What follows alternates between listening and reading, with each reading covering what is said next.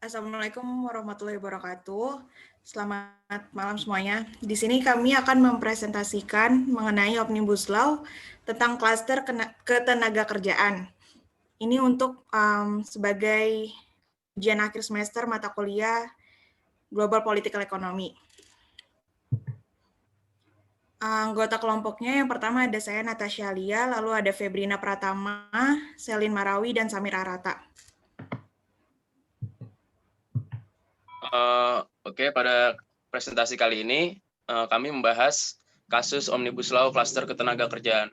Kenapa? Karena pada kasus ini sedang diperbincang-bincangkannya dan sedang hangat-hangatnya di Indonesia dan menjadi salah satu topik yang sangat hangat diperbincangkan sehingga munculnya sebuah opini daripada masyarakat. Selain itu, Omnibus Law ini adalah suatu hukum yang berisi tentang satu hal bidang yang salah satunya itu ketenagakerjaan. Kelompok kami ingin meneliti atau menganalisis kasus ini menggunakan teori Marxis. Selanjutnya. Latar belakang. Omnibus Law merupakan RUU komprehensif yang akan mengatur berbagai ketentuan di berbagai sektor industri menjadi satu undang-undang. RUU Omnibus Law dibuat sebagai upaya untuk memperkuat ekonomi dengan meningkatkan daya saing, menciptakan lapangan kerja, dan mempermudah bisnis di Indonesia. Omnibus Law adalah undang-undang yang menitikberatkan pada penyederhanaan sejumlah regulasi.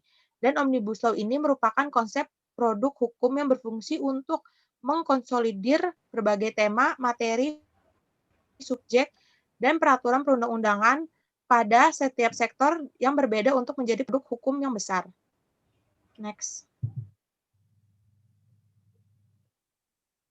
Konsep Omnibus Law ini yang dikemukakan oleh Presiden Jokowi banyak berkaitan dengan bidang kerja pemerintah di sektor ekonomi.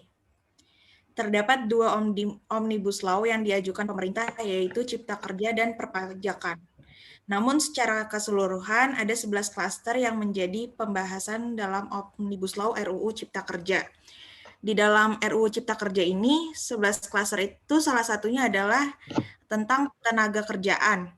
Klaster ini tuh melingkupi 3 undang-undang yang dilebur menjadi satu, yaitu Undang-Undang Nomor 13 Tahun 2003 tentang Ketenagakerjaan, lalu Undang-Undang Nomor 40 Tahun 2004 tentang Sistem Jaminan Sosial, dan Undang-Undang Nomor 24 Tahun 2011 tentang Badan Penyelenggara Jaminan Sosial. Pemerintah berupaya untuk mengharmonisasikan 3 undang-undang ini agar sejalan sehingga mampu memberikan sebuah ruang kepada investor untuk melihat regulasi yang telah disempurnakan tanpa perlu khawatir adanya regulasi yang tumpang tindih dan mengakibatkan kerugian kepada investor tersebut. Next. Jadi, Undang-Undang Cipta Kerja yang baru saja disahkan ini terdiri dari 15 bab dan 174 pasal, yang di dalamnya itu mengatur berbagai hal, mulai dari ketenagakerjaan hingga lingkungan hidup. Dalam proses perancangan RUU ini, banyak sekali opini-opini masyarakat yang tidak setuju dengan adanya rancangan undang-undang ini. Rancangan undang-undang yang tidak disetujui antara lain adalah Pasal 89 ayat 45 RUU Cipta Kerja yang mengganti ketentuan pasal 156 RUU Ketenagakerjaan, kemudian pasal 156 ayat 1 Undang-Undang Nomor 13 tahun 2003, dan kemudian ayat 3 dari pasal 156. Terdapat beberapa pasal juga yang bermasalah, diantaranya adalah pasal 79 dan pasal 88.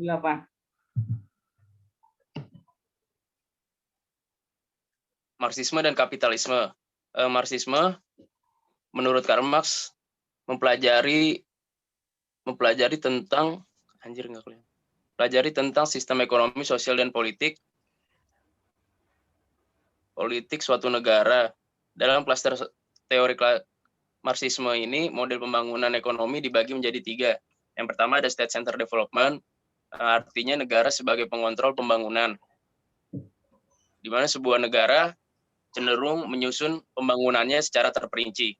Kedua, ada society center development, masyarakat memiliki pengaruh besar terhadap pembangunan. Pada model kali ini, sumber daya manusia yang baik menjadi salah satu tolak ukur yang berperan besar. Model kali ini menjelaskan 3 jenis sumber daya manusia. Yang pertama, adanya individu yang melakukan karena memang harus dilakukan. Yang kedua, adanya individu yang melakukan karena adanya rasa takut atas hukuman. Yang ketiga, masyarakat atau individu melakukan karena orang lain melakukan.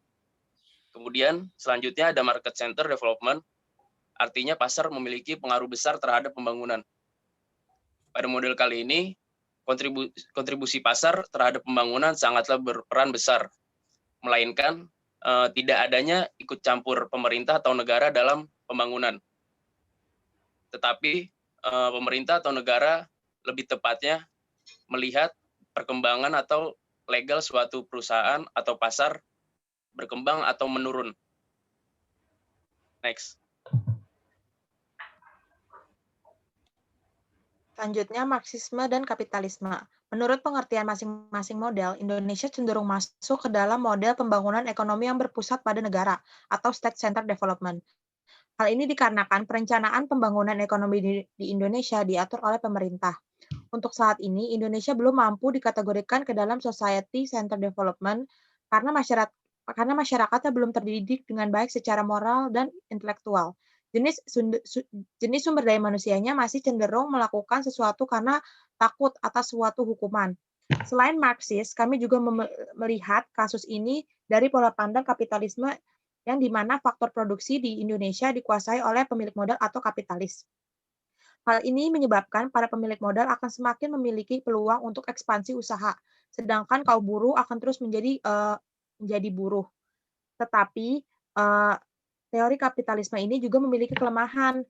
Yang merupakan kelemahan dari teori kapitalisme adalah keuntungan hanya dibagi antara pemerintah dan pemilik modal, tanpa melibatkan kaum proletar.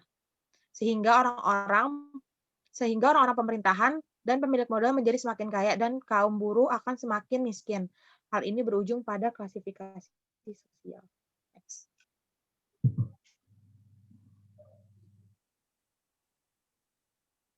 Dalam kasus Omnibus Law ini, jika dilihat dari pasal-pasal yang kontroversial, sangat terlihat isi pasal yang merugikan kaum buruh.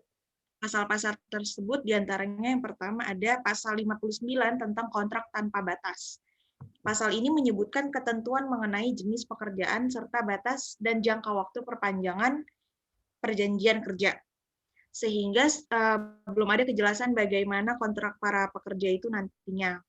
Ketentuan baru ini berpotensi memberikan kekuasaan dan keleluasaan bagi pengusaha untuk mempertahankan status pekerja kontrak tanpa adanya batasan.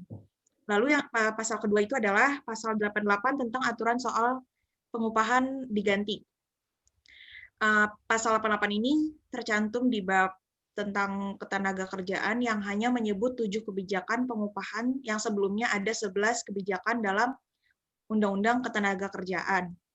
Nah, beberapa kebijakan terkait pengupahan yang dihilangkan melalui UU Cipta Kerja ini adalah yang pertama, upah karena menjalankan hak waktu istirahat kerjanya, upah pembayaran pesangon, serta upah untuk perhitungan pajak penghasilan. Yang kemudian ada pasal 91 tentang sanksi yang tidak dibayar upah dihapus. Jadi, aturan mengenai sanksi bagi pengusaha yang tidak membayarkan upah sesuai ketentuan dihapus lewat UU Cipta Kerja.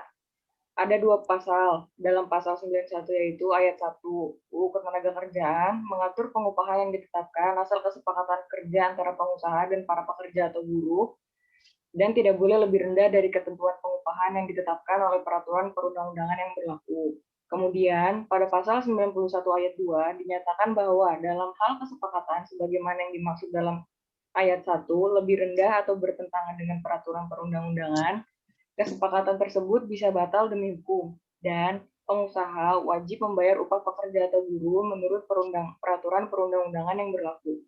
Selain tercantum pada pasal 91, aturan soal larangan membayarkan besaran upah di bawah ketentuan juga dijelaskan pada pasal 90 Undang-Undang Ketenagakerjaan. Namun, Dalam Undang-Undang Cipta Kerja, ketentuan 2 pasal dalam Undang-Undang Ketenagakerjaan tersebut dihapuskan seluruhnya. Kemudian, pasal yang selanjutnya adalah pasal 169 tentang hak pemohon PHK yang dihapus. Undang-Undang Cipta Kerja menghapus hak pekerja atau buruh yang mengajukan permohonan putusan hubungan kerja jika merasa dirugikan oleh perusahaan. Pasal 169 ayat 1 UU Ketenagakerjaan menyatakan bahwa pekerja atau buruh dapat mengajukan PHK kepada lembaga penyelesaian perselisihan hubungan industrial jika perusahaan diantaranya menganiaya, menghina secara kasar, atau mengancam. Pengajuan PHK juga bisa dilakukan jika perusahaan tidak membayar upah tepat waktu selama 3 bulan berturut-turut atau lebih. Kemudian ketentuan tersebut diikuti oleh ayat 2 yang menyatakan bahwa pekerja akan mendapatkan uang pesangon 2 kali, uang penghargaan masa kerja 1 kali, dan uang penggantian hak sebagaimana diatur dalam pasal 156. Namun, pasal 169 ayat 3 menyebutkan jika perusahaan tidak terbukti melakukan perbuatan seperti yang diadukan ke lembaga penyelesaian perselisihan hubungan industrial, maka hak tersebut tidak didapatkan oleh pekerja. Kemudian, hak pada pasal 169 ini seluruhnya dihapus dalam Undang-Undang Cipta Kerja.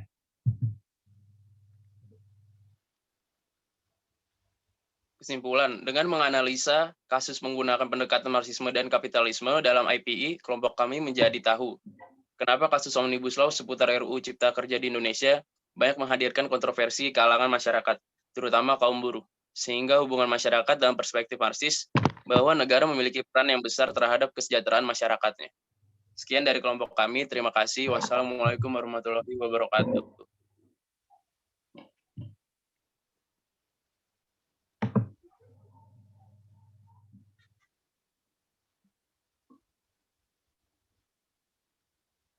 Stop record.